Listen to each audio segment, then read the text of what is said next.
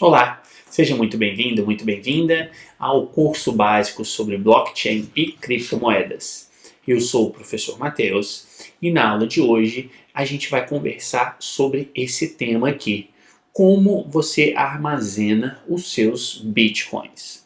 Então, primeiro, lembrar, como eu coloquei aqui, esse foi o último ponto que eu falei na aula passada: nunca deixe seus bitcoins na sua corretora.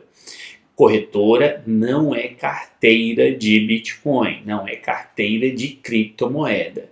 Portanto, enfatizo, chamo a atenção, nunca deixe lá. Você enviou o seu dinheiro para a corretora, comprou lá os seus Bitcoins ou outros criptoativos, não precisa ser só Bitcoin. O que você vai fazer? Você vai transferir para a sua carteira. Tá? A sua carteira é o local onde você vai guardar os seus criptoativos. Nunca deixe na corretora, por quê? Porque a corretora sempre é alvo de hacker. Pela obviedade, quer dizer, a corretora tem sob sua custódia milhares de bitcoins, então é óbvio que ela vai ser alvo de ataque hacker em algum momento. Ou seja, eles vão tentar, não quer dizer que vão conseguir, mas eles vão tentar e se conseguirem, o seu Bitcoin vai embora. Então nunca deixe lá. Corretora não é carteira, lembre-se sempre disso. Né? Então, apesar de ser prático manter o saldo nas corretoras, existe menos segurança, existe o risco da empresa falir ou da empresa ser um scam, ser falsa e te roubar. Quer dizer, nada impede de um sistema qualquer se passar por uma corretora e você envia o dinheiro, compra, vende e de repente eles se mandam e levam o seu dinheiro. E não há nenhum tipo de garantia. Quer dizer, se o problema ocorrer, como eu disse no vídeo anterior, na aula anterior, você não sabe como vai conseguir de volta e se conseguir, né, você sabe o processo, a demora que esse processo vai ter. Tá? Então, nunca deixe lá. Lembre-se de que você é o seu próprio banco. Se você entra nesse mundo das criptomoedas, você precisa ter isso muito claro.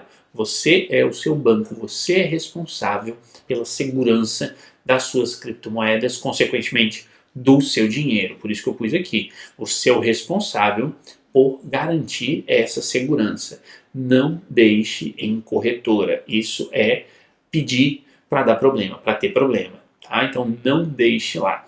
Por exemplo, recentemente, aí no Brasil, foi uma corretora de arbitragem, teve alguns dados vazados. Então, os bitcoins que estavam lá não foram roubados, ninguém levou aqueles bitcoins. O que vazou foram os dados pessoais dos clientes. E isso é um problema, porque estava lá o nome, endereço, telefone, CPF do fulano e dizendo que esse fulano tinha 50 bitcoins na corretora.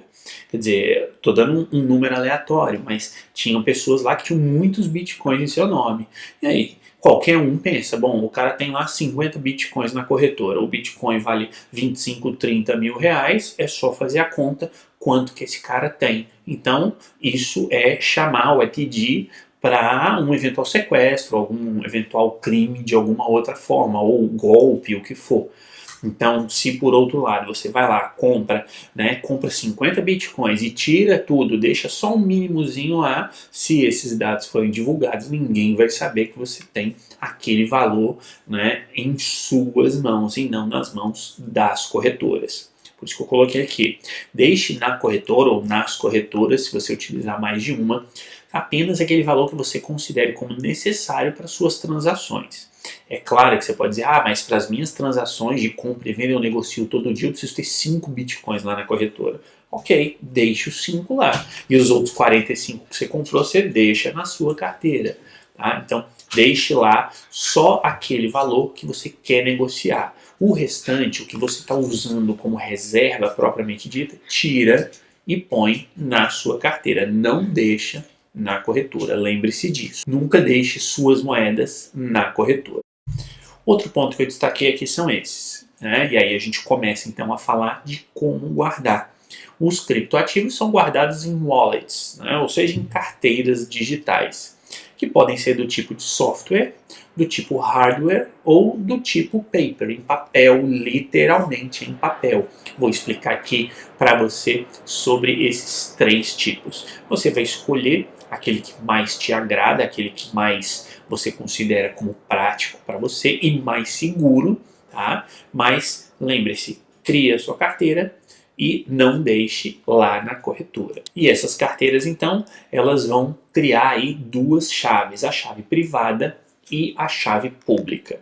Traduzindo isso daqui, grosso modo, a chave privada é a senha da sua carteira e, obviamente, você não vai dar senha para ninguém.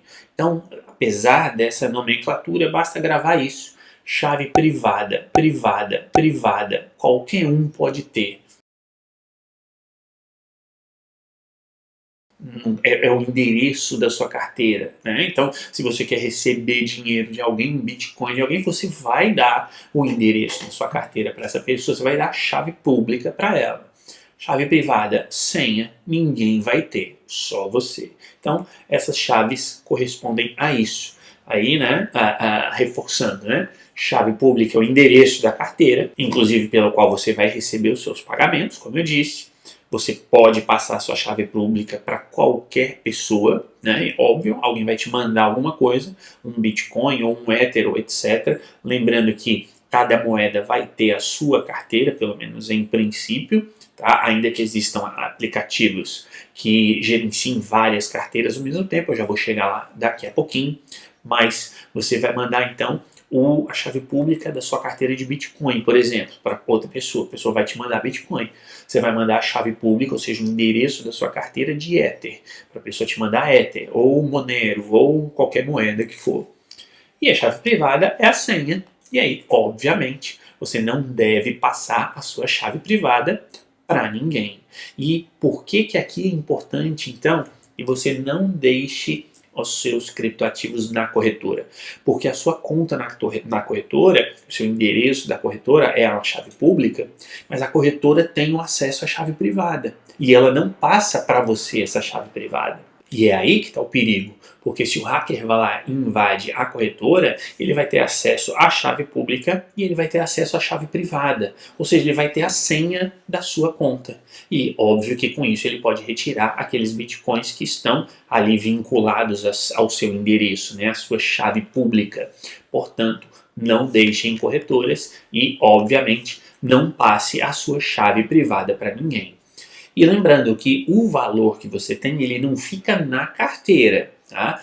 Aquele Bitcoin que você comprou, ele não está ali naquele endereço, ele está na blockchain do Bitcoin. E o que a sua carteira vai fazer então? Ela vai apontar para aquele endereço na blockchain onde o Bitcoin está lá guardado. E por isso que eu coloquei aqui. A carteira, ela guarda as suas chaves. Então a função de uma carteira é guardar as chaves. Tanto a chave pública quanto a chave privada. Se você tem a carteira, você tem a chave pública e você tem a chave privada. Portanto, você administra o seu dinheiro. Se você deixa na corretora, o que a corretora tem lá é uma carteira. Você tem a chave pública, que é o endereço, é o seu endereço na corretora. Por exemplo, você quer transferir Bitcoin de uma corretora para outra, você vai pegar o endereço na segunda, né? E vai então entrar na primeira e mandar para aquele endereço. Portanto, você tem acesso sim à chave pública, mas você não tem acesso à chave privada, né? E aí é aquela coisa que eu falei antes. Se a corretora estiver agindo de má fé, ela pode tomar aquilo dali, ó, se mandar sumir e você fica a ver navios. Portanto, tenha a sua carteira, grave a sua chave privada, não passe para ninguém e lembre-se de que o valor então ele não estará na carteira, estará na blockchain. Dito isso, eu vou passar aqui para essas vantagens de você ter a sua própria carteira. Quer dizer, além daquilo que eu já falei, na verdade eu vou até talvez repetir um pouquinho aqui.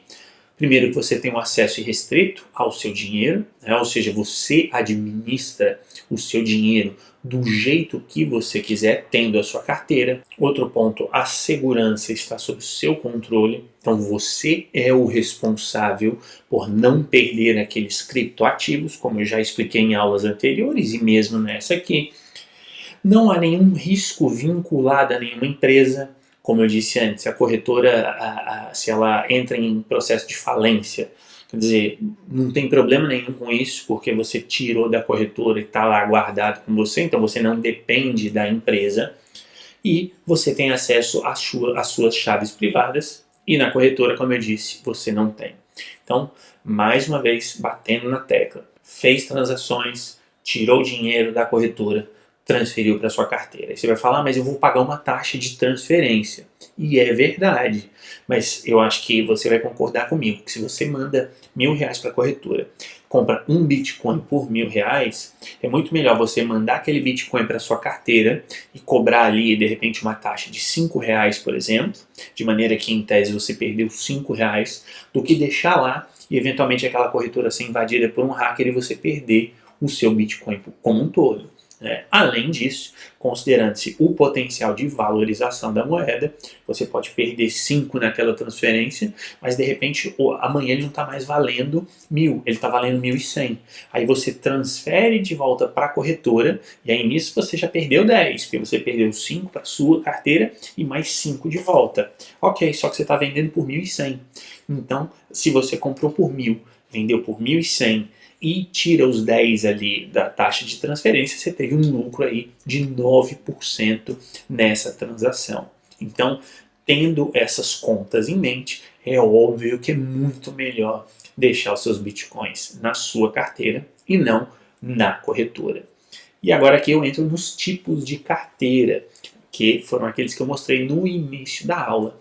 A carteira software, a carteira hardware e a carteira de papel, a paper. Então vamos começar pelas software wallets, ou em inglês também chamadas de soft wallets. Basicamente são programas que você baixa no seu computador, ou aplicativos do seu celular, ou que você acessa pela internet. Às vezes o site tem lá, você entra lá, acessa ali direto naquele site a sua carteira. Tá? Então você pode baixar aplicativos para o seu celular. Eu pessoalmente acho que se você vai usar uma software wallet é melhor no celular, em vez de usar o do computador, por exemplo, ou utilizar o do site. No celular, bem ou mal, você está o tempo todo ali com ele, né? Então, as vantagens, claro, é a facilidade, essa facilidade de gerenciamento. Você pega o telefone, manda lá o seu Bitcoin, seu Ether, o que for, daqui para ali, com a maior facilidade possível, inclusive com outros criptoativos, como eu acabei de falar. Tem as opções de backup em caso de perda, ou seja, você entra no aplicativo, pede para salvar a sua chave privada, e aí vamos supor que seu telefone foi roubado, você perdeu os seus bitcoins, de jeito algum. O que você vai fazer? Você vai pegar um telefone novo, vai baixar o mesmo aplicativo, vai entrar lá com a sua chave privada e ele vai recuperar aquilo dali. Por quê? Porque, como eu falei antes, o Bitcoin não fica na carteira, o Bitcoin está na blockchain e a carteira é um aplicativo para ler a blockchain. Então, não tem problema se você tiver feito aí o backup da sua chave privada, coisa que você com certeza vai fazer assim que instalar o aplicativo no seu celular ou no seu computador. Baixe essa chave privada, salve essa chave privada para que você possa utilizar essa opção de backup. Mas tem a desvantagem, né? Ou seja, ela está online, ela precisa estar online, e aí a gente sabe que nesse meio termo, né, no meio do caminho, alguém pode invadir aquele sinal e pegar ali alguma informação. E por isso é suscetível aí, né, de ataques de hackers, de vírus ou de malwares, por exemplo, se for no seu computador. Então, aqui é uma questão de facilidade, né, de garantia do backup ali, mas lembrando disso, que você precisa ter cuidado de onde você acessa. Se você está viajando e você está no aeroporto, pega lá o Wi-Fi do aeroporto, obviamente você não vai acessar sua carteira de criptoativos do Wi-Fi do aeroporto, que é o lugar menos seguro, é o Wi-Fi menos seguro que pode existir, por exemplo, ou um Wi-Fi de um café. Você não vai fazer isso. Tá? Então, tomando esses cuidados, você não vai ter problema nenhum. O outro tipo são as hardware wallets, ou seja, as carteiras ou hard wallets, que são dispositivos físicos. Ele parece um pendrive, né? E que você guarda, então, ali as chaves dos seus criptoativos, né? Ele tem, obviamente, essa vantagem aí excelente, que é o quê? Não precisa estar online para funcionar. Então, você tem a chave pública, tem um endereço, por exemplo, lá da sua carteira no hard wallet, né, no seu, eu vou chamar aqui de pendrive, né, como se fosse o pendrive. Então, você tem ali, você tem um endereço, você já salvou aquele endereço. Então, você entra na sua corretora e manda para aquele endereço. Ponto final, você não precisa estar com ele online ali na hora. O endereço você vai receber do mesmo jeito, né, sem precisar estar online. E você ainda pode, obviamente, fazer o backup, deve fazer o backup das palavras de segurança que são essa chave privada. E a desvantagem é o preço. Primeira desvantagem é o preço, né? Ou seja, aqui em Portugal, uma dessas hard wallets aí custa por volta de 90 euros, o que vai dar aí quase 500 reais. Tá? No Brasil, a última vez que eu vi, a mais barata estava que é a mesma, estava saindo, mesmo modelo, estava saindo por 800 reais. Então, se de repente você está investindo ali 100 reais, 200 reais, talvez não compense para você. Aí você usa a software wallet, né? Usa o aplicativo no seu celular, não tem problema. Tomando aqueles cuidados, não vai ter problema algum. Agora, se você começa a investir muito mais dinheiro, é necessário comprar aí essa hard wallet para guardar lá os seus criptoativos.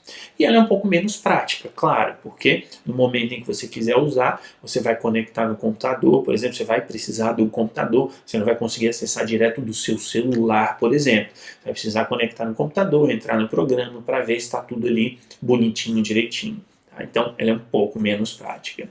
E o último tipo é a carteira chamada Paper Wallet, que literalmente é um pedaço de papel. Você entra num site, ele cria uma carteira usando um mecanismo de randomização.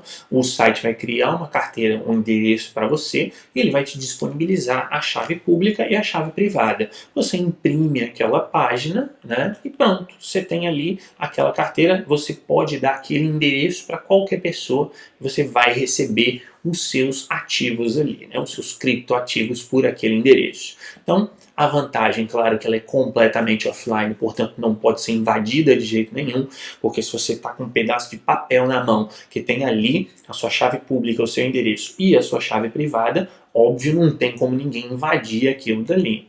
Mas tem, obviamente, o lado negativo. Ela é muito menos prática do que as outras anteriores, e se você perder aquele pedaço de papel com a sua chave privada, você perdeu tudo, não tem backup.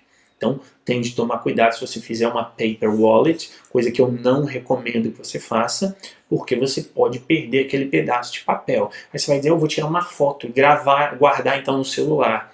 Se alguém levar o teu celular, já era, vão entrar na sua conta e levar o seu dinheiro. Eu vou salvar na cloud, né, no meu serviço de armazenamento em nuvem. Ok, aí se a empresa lá no serviço de armazenamento em nuvem tem algum problema, ou é invadida, ou o servidor não está funcionando, você não consegue acessar, perdeu o seu dinheiro.